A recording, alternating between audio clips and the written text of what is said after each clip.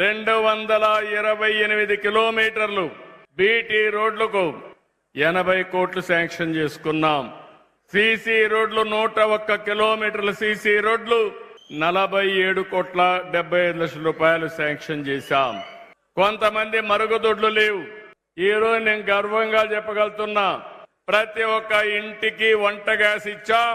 వంట గ్యాస్ లేని ఇల్లు మన నియోజకవర్గంలో లేనే లేదు.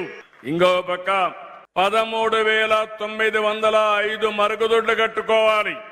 దీనికి 20,85,00,000 ఖర్చు అవుతుంది. ఇది కూడా రాబోయే 6 నెలల్లో పూర్తి చేస్తాం. 7 సబ్ స్టేషన్లు 18 కోట్లతో పూర్తి చేస్తాం. ప్రాథమిక పాఠశాలలో 10,36,00,000 పెట్టి మౌలిక వసతులన్నీ కల్పిస్తున్నాం. ఎన్టీఆర్ సుజల ఆ రోజు మనం చేస్తే దాన్ని కూడా పుణ్యం కట్టుకున్నారు.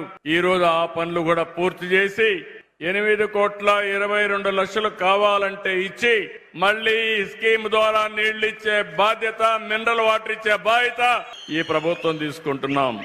ఇంకొక పక్కన ఎస్సీ, ఎస్టీ, బీసీ హాస్టల్స్ అన్ని మరమ్మతులుంటే 6,87,00,000 శాంక్షన్ చేశాం. ఓవర్ హెడ్ ట్యాంక్స్ ఉంటే మరమ్మతులకు 3,95,00,000 కావాలంటే దీనికి కూడా ఇచ్చాను. కొన్ని గ్రామాలకు పంచాయతీ భవనాలు లేవంటే 2,60,00,000 ఇచ్చాం. అదే మరి ఏరియా ఆసుపత్రి మరమ్మతులు గాని, మార్చురీ భవన నిర్మాణానికి గాని 1,57,00,000 ఇచ్చాం. ఇవన్నీ కూడా ఒకటే గుర్తుపెట్టుకోండి, 29 పనులు వస్తున్నాయి. ఇవన్నీ కూడా రాబోయే సంవత్సరం 2026కే పూర్తి చేయాలని ఒక నిర్దిష్టమైన టార్గెట్ పెట్టుకున్నాం. ఇది కాకుండా ఈ రోజు మీరు చూస్తే 331 కిలోమీటర్లు పొడవైనటువంటి సీసీ డ్రైన్లు గాని, ఇంకో పక్క మీరు ఒకటి గుర్తుపెట్టుకోవాలి, మన నియోజకవర్గాన్ని ఒక ఆదర్శ నియోజకవర్గంగా తయారు చేయాలని.